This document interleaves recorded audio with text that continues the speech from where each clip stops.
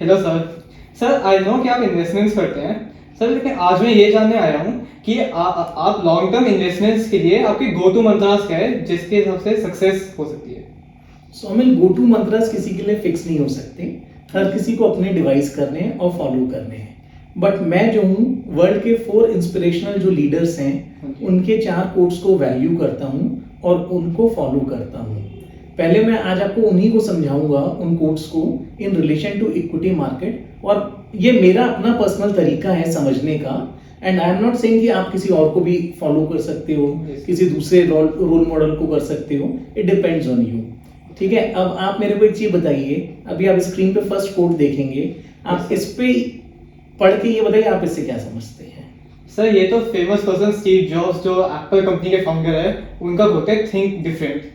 Sir मेरे ख्याल से तो इसका मतलब है कि हमें आगे के लिए फ्यूचर के लिए डिफरेंट पर्सपेक्टिव्स रखनी चाहिए अपनी लाइफ में। ये नहीं कि हम एक ही चीज को फॉलो करते हैं थ्रू आउट द लाइफ। बिल्कुल करेक्ट, आपकी अंडरस्टैंडिंग बिल्कुल सही है। अब इसको मैं इक्विटी मार्केट या इक्विटी प्रोडक्ट से कॉन्टेक्स्ट में एक्सप्लेन करता हूँ। Think different. अभी तक ट्रेडिशनली हम लोग क्या करते हैं, इंडियंस गोल्ड में इन्वेस्ट करते हैं, फिजिकल गोल्ड खरीदते हैं, पीपीएफ में इन्वेस्ट करते हैं, public provident fund, bank fixed deposits में करते हैं। Now what Steve job says, think different. हमें थोड़ा सा डिफरेंटली सोचना पड़ेगा।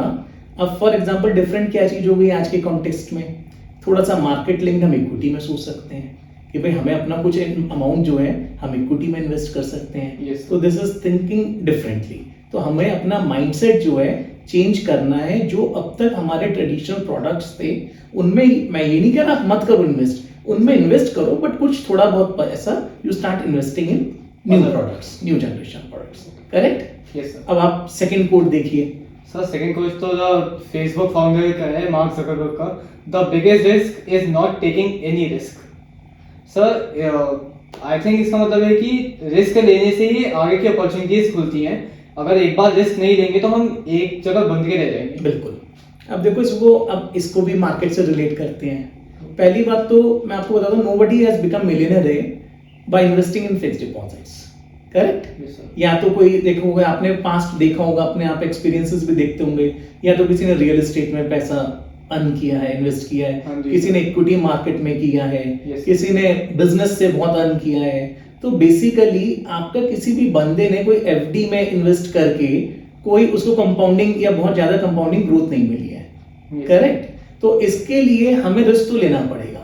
ऐसे लाइफ में भी हम कितने रिस्क लेते हैं, लाइफ में हम कितने एंट्रेंस एग्जाम्स करते हैं। फॉर एग्जांपल कोई आईआईटी क्वालिफाई करता है, कोई आईएएस करता है, बट वी टेक रिस्क ना, उसमें सक्सेस गारंटीड नहीं होती है, बट रिस्क लेते हैं। बट एक बार जब वो सक्सेस मिल जाती है तो हम कितना रिलिश करते हैं। Same happens in market.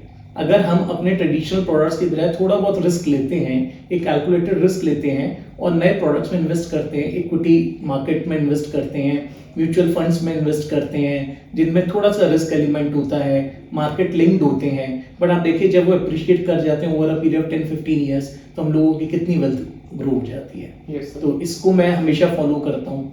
तो मार्क ज़करबर्ग का ये कोट मैं हमेशा फॉलो करता हूँ, biggest risk is not taking any risk. अब आप देखिए थर्ड देखिए। सर थर्ड तो द फेमस बिल गेट्स, उन्होंने कहा patience is the key element to success. Sir according to me it is that life में हमें पेशेंस रखना चाहिए। अगर हमने कोई भी वर्क कर रहा है so we should have patience till we achieve our goal. Correct, बिल्कुल, यू हैव अंडरस्टूड राइटली। अब मार्केट्स में देखते हैं। अब हमारे कई सेशंस हो चुके हैं और हर सेशन में मैंने आपको क्या बताया है कि इक्विटी मार्केट में पेशेंस इज द की। Yes sir. लो ड्यूरेशन में, स्मॉल टाइम होराइजन में वॉलेटिलिटी रहेगी, बट मार्केट्स में अप्स भी आएंगे, डाउन्स भी आएंगे, बेयर भी आएंगे, बुल्स भी आएंगे, बट हमें पेशेंस रखना है एक लॉन्ग टर्म इन्वेस्टर की तरह। हमें अपनी राह पे चलते रहना है। Basically we have to follow our investment path strategy, और एक पेशेंस अगर रहेगी तो हम उसको फॉलो कर पाएंगे। करेक्ट। तो this is truly fit to my schemes of things also. Correct. तो इसलिए मैं इनको भी फॉलो करता हूँ। अब आप फोर्थ एक देखिए। Sir fourth the famous person Jack Ma, that today is cruel, tomorrow is cruel and the day after tomorrow is beautiful. Sir इससे शायद मतलब ऐसा है कि आज का दिन जो है वो मतलब अच्छा नहीं होगा, कल का हो सकता है उससे भी ज़्यादा बेकार। बट उससे नेक्स्ट डे जो है वो डेफिनेटली या फिर वो हमारे लिए काफी अच्छा दिन जाएगा। देखिए Somil, this is my favourite coat.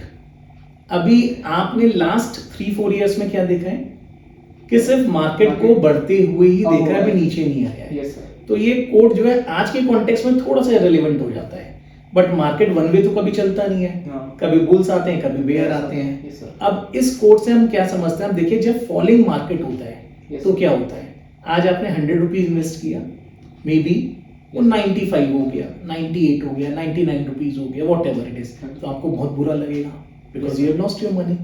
Next day market और गिर जाता है, ठीक है ना, मार्केट और गिर जाता है, 90 रुपीज हो जाते हैं, you will feel more bad कि अब तो मेरा यह मार्केट 10% का पैसा कम हो गया, ठीक है, तो that will become very bad for you. तो ऐसे अगर मार्केट, लेकिन उसी गिरते मार्केट में अगर आप इन्वेस्ट करते हैं और हमारा जो थर्ड कोट था पेशेंस वाला, Yes, उसको फॉलो करते हैं कि हमें रखना है, पेशेंस रखना है, गिरते मार्केट में इन्वेस्ट करते हैं, लॉन्ग टर्म के लिए पेशेंस रखते हैं, तो जब आफ्टर 10 इयर्स जो आपकी ग्रोथ होगी, जो कंपाउंडिंग इफेक्ट होगा, जो वेल्थ क्रिएट होगी, that will be humongous and you will enjoy, you will relish that moment.